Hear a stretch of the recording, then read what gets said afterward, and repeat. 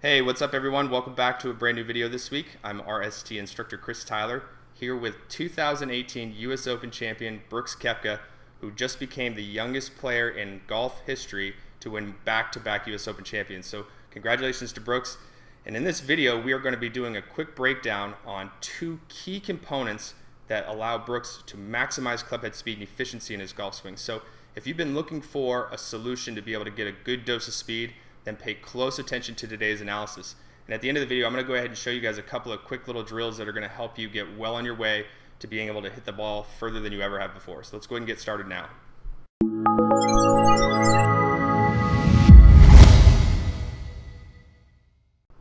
Okay, so if you've played golf either for a short period of time or for a long period of time, it's pretty safe to say that if you're taking golf instruction, you're looking for two really key things, and that's always going to be consistency and speed, right? So if you went to your golf instructor, you're going to tell them you want to be more consistent and you also want to pick up a good dose of speed. And that's obviously hard work for us instructors to be able to figure out how to maximize those two things and how to get them to work together.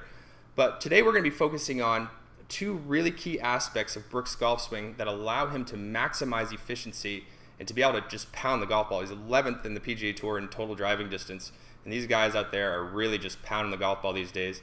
And I want you to think two things here.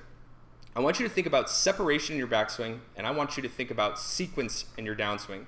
It's all about sequencing the downswing. But you can't work on sequencing your downswing unless you create the proper load and the proper separation in the backswing. Otherwise, what's going to happen is the body's going to fire in the incorrect order. And it's so funny, when I work with students privately, for some reason in the golf swing, because we're stuck to the ground, we typically want to not use weight shift to our advantage. Weight shift is a really critical aspect to any hitting or throwing motion. And I actually had a student that I worked with the other day who didn't use weight shift at all. He just used a ton of body rotation and a ton of arm strength. And so I had him pick up a golf ball and I said, okay, now I want you to throw this golf ball down the range. And he had this really beautiful throwing motion where he strided towards the range, he planted his foot, he pivoted his hips, which rotated the torso, and then he moved his arm. And I said, that same sort of motion is exactly how I want you to sequence your downswing. And so what we had to do is we had to work on loading his golf swing up in the correct order so that he would fire in the correct order. And that's what we're going to be talking about today. So let's go ahead and focus on down the line first here. And one of the big mistakes that a lot of golfers tend to make is at the top of the golf swing, what you're going to see is Brooks maintains flex in his right leg. So you see how he's maintained this flex right there? Now what that's done is it's restricted the hips to about 35, maybe 40 degrees of total rotation from the hips. But if you look at it from face on, you're going to notice that he gets a very wide shoulder turn. So you're looking at probably 90 to 95 degrees of shoulder turn on about 30 to 45 degrees of hip turn. Now this is what we call separation. Now a lot of times what golfers do is they straighten this right leg out drastically, which forces the hips to over-rotate, and you get very little separation. So what this separation is good for is it's starting to get muscle tension. You're starting to get muscle tension signals in the correct areas of the body. Effectively, in order for you to be able to swing this golf club at 100 miles an hour, you've got to have 32 pounds of muscle available to you, right? That's a lot of muscle.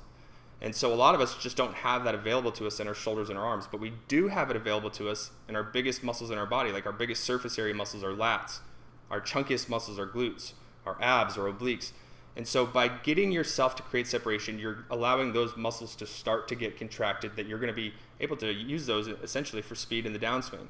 So before you start working on your downswing sequence, I want you to work on loading up your trail leg in your golf swing properly.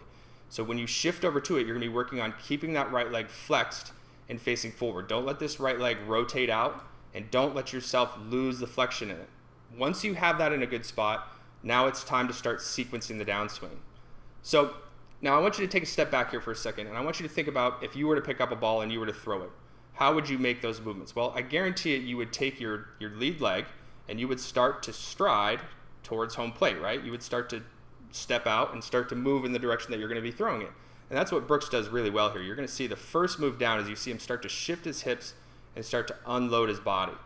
Okay, so that movement right there is now pulling the torso around. Okay, he's not actively trying to unwind the upper body at this point. He's allowing his legs to create that downward movement. Now at this point, his hips continue to start to clear, which pulls the arms and the torso around even further.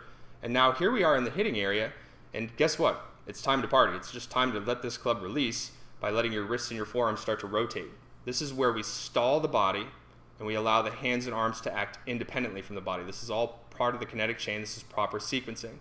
And so a lot of times what amateur golfers tend to do is from the top of the swing, they tend to start pulling their arms down and firing really hard from the top half.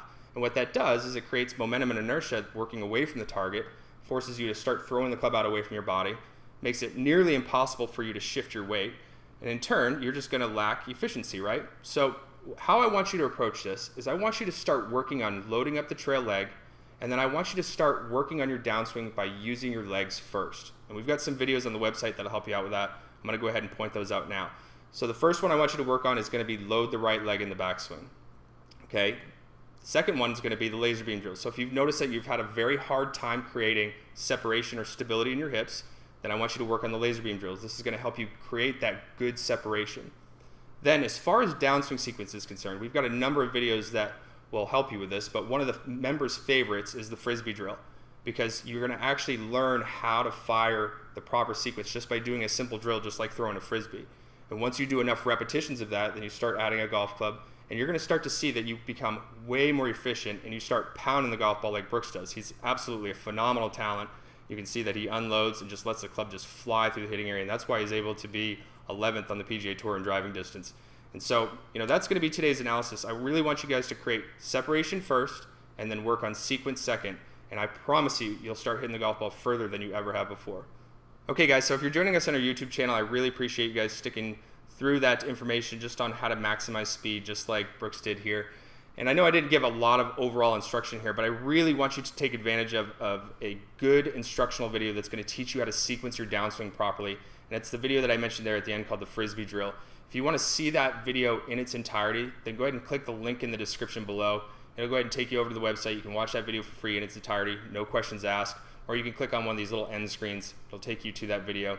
Also, do me a favor, if you like this video, go ahead and click the like button below. If you have any questions or comments for me, please feel free to post those up. I'll help you out as best I can.